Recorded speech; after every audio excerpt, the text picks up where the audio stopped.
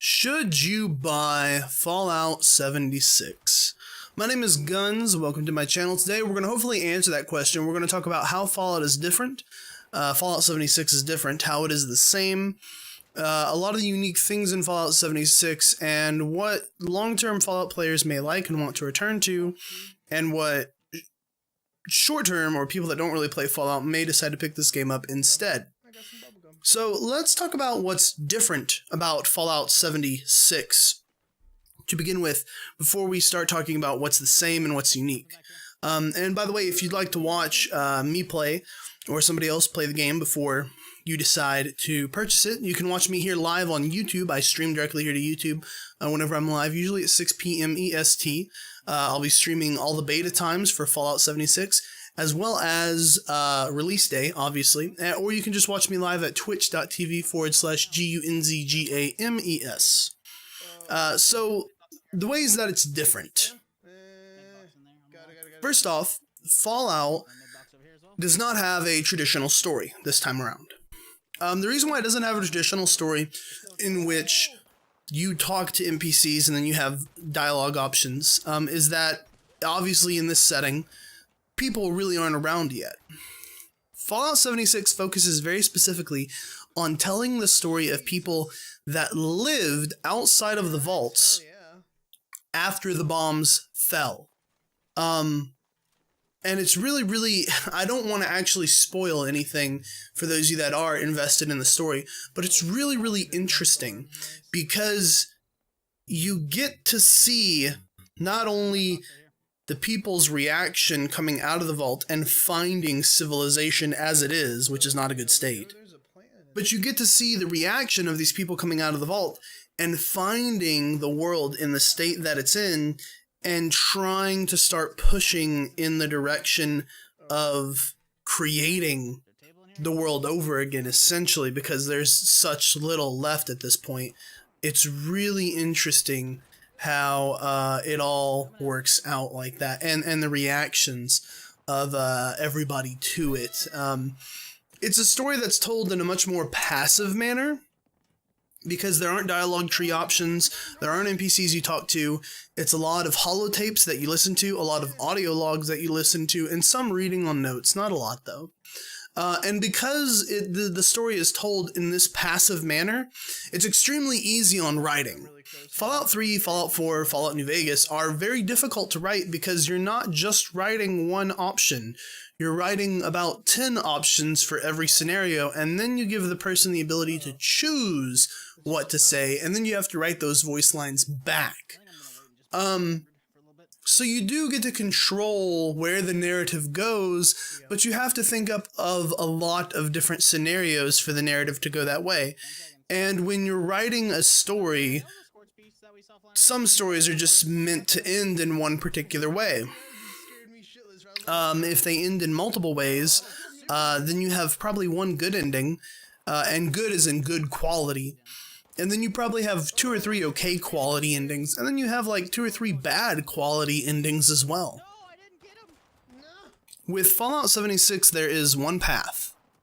There is one path to how it's going to be written, how it's going to start, and how it's going to end because of the passive storytelling, which takes a lot of stress off the writers writing this main story. And it means they get to go and write in a ton of little details about all the other stuff around the world, which really enriches and enhances the rest of the world's experience, and it shows in this. So no NPCs to that credit. There are still robots that talk to you, and the robots are actually very well written. They have a lot of really witty and interesting dialogue and stuff that you want to listen to and learn about. And then the second big difference with Fallout 76 is that there's 31 other people on the map along with you, and there is PvP. Now, the current PvP system they have, I don't really like. And there's a lot better way they could have done it that I thought of in about 30 seconds. So this is how PvP currently works. Let's say you see somebody and you start shooting at them. You're going to do 90% reduced damage to the person that you're shooting at until they decide to shoot back at you. And when they shoot back at you, You will then both do full damage to each other. But you do that 90% damage reduced to that person until they shoot back. The problem with this is you're making your intentions very clear to this person, and now that your intentions are extremely clear to this person, they can take advantage of that situation any way they'd like to. Which means the moment you turn your back, you get your head blown off, tons of other issues there. It gets worse. So let's say you shoot somebody and they shoot back and you two start fighting and you kill them. They then have the option to revenge you. Revenging means that they spawn very close to you. And when they spawn very close to you, they know where you're at and they can come find you and try to kill you again. And this is infinite. This is infinite both ways.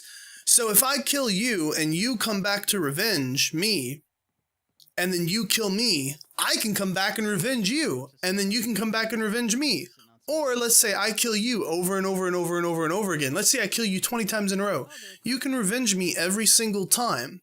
So it's like fighting a person with an infinite health bar that will never go away. Both sides. And that's a terrible, terrible design flaw. The better, easier way they could have done this is a flagging system. Let's say you open up your Pip-Boy and in your stats there's a page that says PvP and you can say flag for PvP and it tells you blah blah blah, by flagging for PvP people will shoot at you, you'll shoot at them, you do full damage, you could be killed out of the middle of fucking nowhere, out of the blue, somebody sneaking up to you or stalking you, and everybody can see you on the map and that you're flagged for PvP on the map. Why? Well, one, this prevents players from being griefed. Because if they aren't flagged for PvP, they can't be attacked. And if they do flag for PvP, they can't attack you. And you'd go into your menu and you'd say, I want to flag for PvP, and it says, okay, flagging you for PvP and exiting your menu. And it exits your menu and it says, you'll be flagged for PvP in 10, 9, 8. So you have a countdown. And everybody else around you gets that countdown above your head too, saying this person will be flagged for PvP in 10, 9, 8. So people have time to get out of your way. If you're going to do something crazy, or they have time to also flag for PvP if they really want to fight you. So this creates really fair scenarios, and it also shows that you're flagged for PvP on the map, so that people can decide to avoid you if they want to. They can decide to follow you, watch around, and look. It's a very fair system that prevents players from being griefed altogether. I have a feeling that this 90% damage reduction may come with some problems later on down the road for level 50 players griefing new players or new characters, but we'll see. It's not that I don't like the game being PvP, it's just that there's a lot better way they could have gone about it. So that's the PvP part. The best part about this being online, though, is that you do get to bring your friends with you, and bringing your friends on this experience of Fallout 76 makes Fallout 76 infinitely more entertaining in itself. Because beforehand, you would just gawk in awe and wonder at yourself and just think, oh, look how cool all this stuff is, you know? And now it's very unique in the sense that you bring somebody with you and you get to share essentially this atomically themed 70s futuristic winter wonderland or post-apocalyptic wonderland, basically. And everyone will agree, going to Disney World is cool, but going to Disney World with your friends is even cooler. Or even more cool. Whatever, who cares? And that's part of the allure that makes bringing friends with you super fun and super interesting. Now, with all that being said, I don't think the story suffers what is there, and I don't think the story is the main attraction to Fallout 76. I don't think the story is the main attraction in Fallout 4. I don't think the story is the main attraction in Fallout 3 or New Vegas, even though New Vegas had arguably the best storyline of all of them. I think what the attraction is for any Fallout game, and will always be for any Bethesda game, is the world they immerse you in. And in Fallout 76, this is the best world they've ever immersed you in, hands down, by far, No comparison. Because I was talking about some reused assets earlier. A lot of assets are reused from Fallout 4. Chairs, tables, bottles, glasses, ovens, stoves, refrigerators, tubs, sinks, floor tiles, roads, trash decals, bullet holes, ammo, some weapon parts, pretty much anything you build your house with. A lot of those assets are reused, which means that they can take all these assets and they use them to fill space in the world. And they do. They fill a lot of space in the world with these assets. But there's a slew of new assets to go with it that make everything feel a little bit more fresh. But the better part is that all of the unique assets. So instead of an artist spending a week designing this chair and making sure this chair works in a number of environments, the artist doesn't have to do that anymore because they already have 20 chairs because of Fallout 4. Instead, this artist gets to go off and design the giant Ferris wheel attraction at Wheeling and the Wheeling Island, because he doesn't have to design a chair for a week. He gets to design this crazy monstrosity instead, and it's beautiful and interesting, and it's really unique to the environment. Or an artist gets to go off and he gets to make the Mothman Museum at Point Pleasant. And it's really unique and interesting because that artist, instead of making a bathtub and a refrigerator and a stove, is making the entirety of the Mothman Museum, which is a one-time use thing, but it's this awesome asset that they're going to get to use. And that's essentially the theme throughout the entire map. There's all these crazy, insane, one-time use assets you're never going to see again. But it's so unique and refreshing, nothing looks the same. If you look at the tiny, tiny, tiny details, the grains of sand, yeah, a lot of the grains of the sand are exactly the same. But when you step back and look at the big picture, you're still on a fucking beach, and it's awesome. And that's what the reuse of a ton of assets has allowed to do for them. It makes the world that much more interesting. On top of that, there is a, what was I going to say? Yeah, on top of that, there are new lighting changes to the engine, and new distance rendering techniques and new cloud and weather techniques on the Creation engine. Now, you would think these things don't make a huge difference, but they absolutely do. They make a massive difference. I've been playing Fallout 4 recently modded to kind of get myself prepped and hyped for Fallout 76. And when I first started playing Fallout 76, I was like, holy shit, this looks like Fallout 4 a lot. But it looks like Fallout 4 5 years later instead of just 3 years later. The lighting really helps out the depth and the detail of all of these environments. And a lot of the textures are updated to 2K or 4K textures, just because a lot of the hardware we can handle it is doing better. And there's their better rendering techniques means it performs better. I don't know, for those of you that played on PC, even on console, Boston ran like ass. A lot of the big towns now run really, really well. And they have some big crazy ass attractions, and your frames aren't chunking the whole time like, oh god, are we gonna get through this?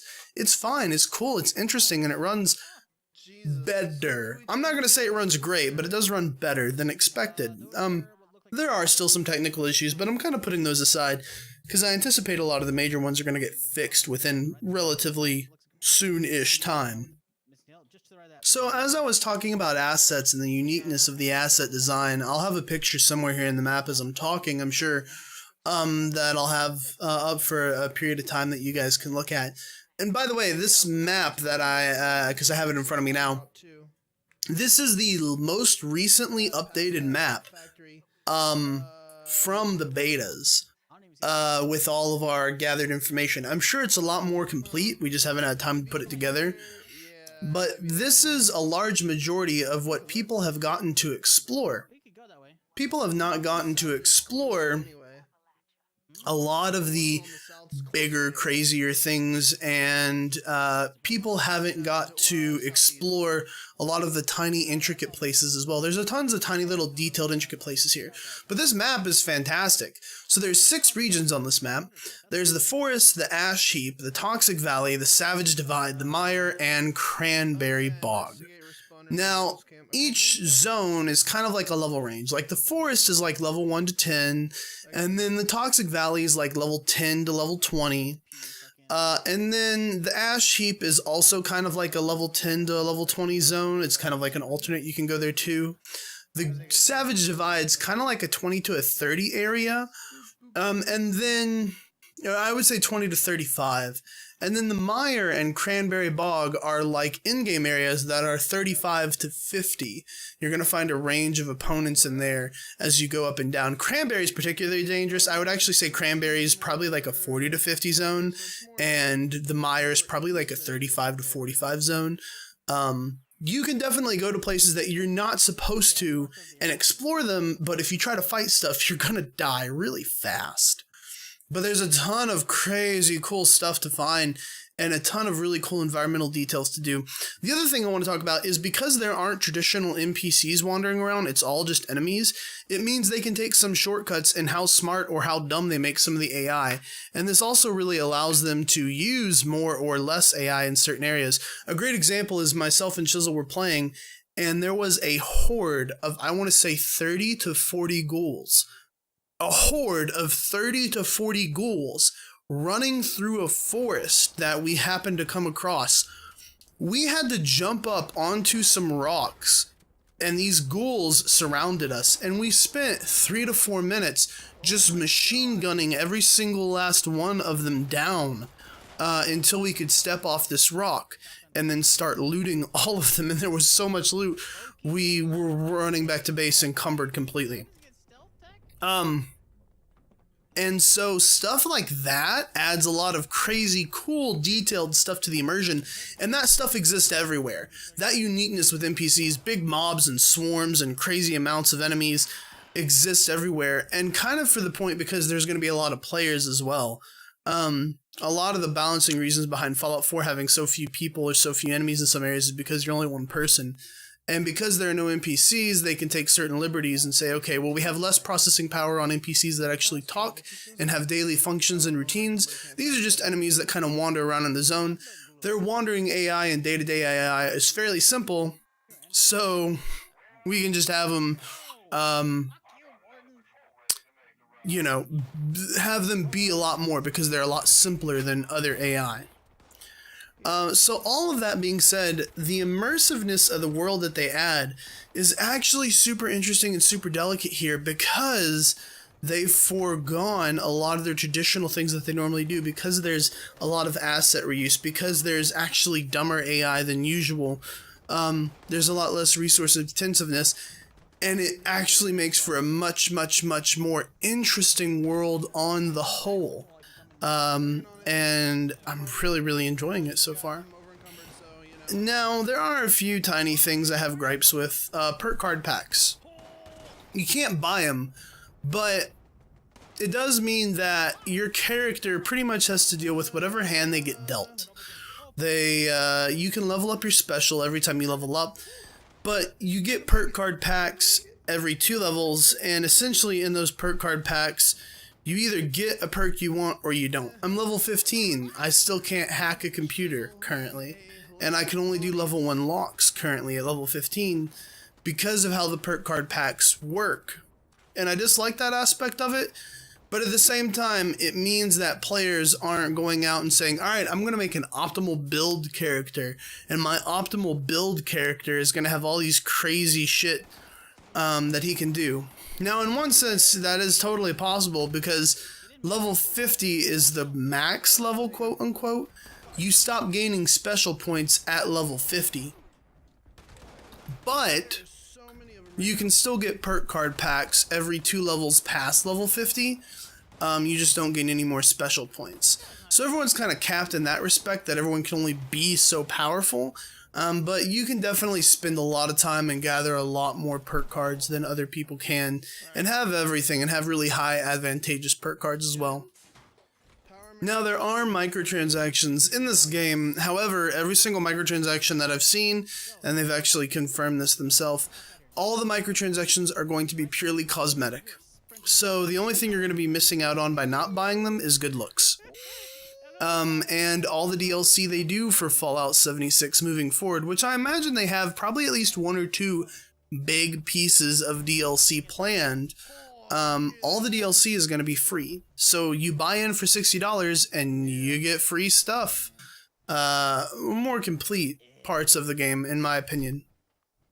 So, in total, let's recap what we think about Fallout 76 here. Passive storytelling and reuse of assets, reuse of weapons, and there's a lot of new weapons and enemies and lots of new enemies, means they get to create a lot of new art, a lot of new one-time use things, a lot of more interesting things. There's more new things in Fallout 76 than there were in Fallout 4, and that part's fascinating to me. The PvP has some issues, but it can be ignored largely. The passive storytelling, I feel, actually adds to the world because you become more immersed in the sandbox that is Fallout 76. And the way they have the map scaled means that there's legitimate danger for going places. Oh, and something I forgot to mention or talk about, but because you can't save scum, this isn't a single player game. If you die, you die. You know, you do lose some of your junk stuff for crafting resources and materials and whatnot, but your health matters now. You can't open your menu and just use 10 stim packs. You actually have to use it on you because everything's running in real time. You have to use your medics and your buff out and your things like that. Crafting matters because if you die, you die and you lose stuff and you lose progress on things. Crafting matters to a whole new degree. They make things like a lot of the systems that didn't matter in Fallout 4, they make them matter. And that's the best part about 76 is that even though it's a big sandbox with friends now, things feel like they matter more. So in all, do I think you should buy Fallout 76? My answer is yes. If you're a longtime Fallout fan, you can largely ignore the PvP and you will be heavily invested into the sandbox that is Fallout 76 because it's a big, cool, bright, beautiful, wonderful, unique one, probably the best one they've ever made. If you don't like Fallout games, then obviously this isn't going to change your mind because it is essentially just Fallout 4 with multiplayer stuck on it in a different environment. If you're worried about there not being a story, get real with yourself. Fallout 4 was a terrible story, Fallout 3 was pretty bad itself, and Obsidian made Fallout New Vegas, so Bethesda's never made a good Fallout story, to be honest with you. They've only made okay ones. You didn't fall in love with Fallout's story, you fell in love with the world of Fallout. And this is Fallout's world at its best with your best friends. So yeah, you should buy Fallout 76. It's really good. I like it. If you want to watch me play live, like I said, I'll be over at twitch.tv/GUNZGAMES, where I'll be streaming here, live, of course, on YouTube, 6 p.m. EST, or during the beta times, or during the launch time of 76. I'm Guns. I've talked enough. I'm actually losing my voice. I'll see you guys later.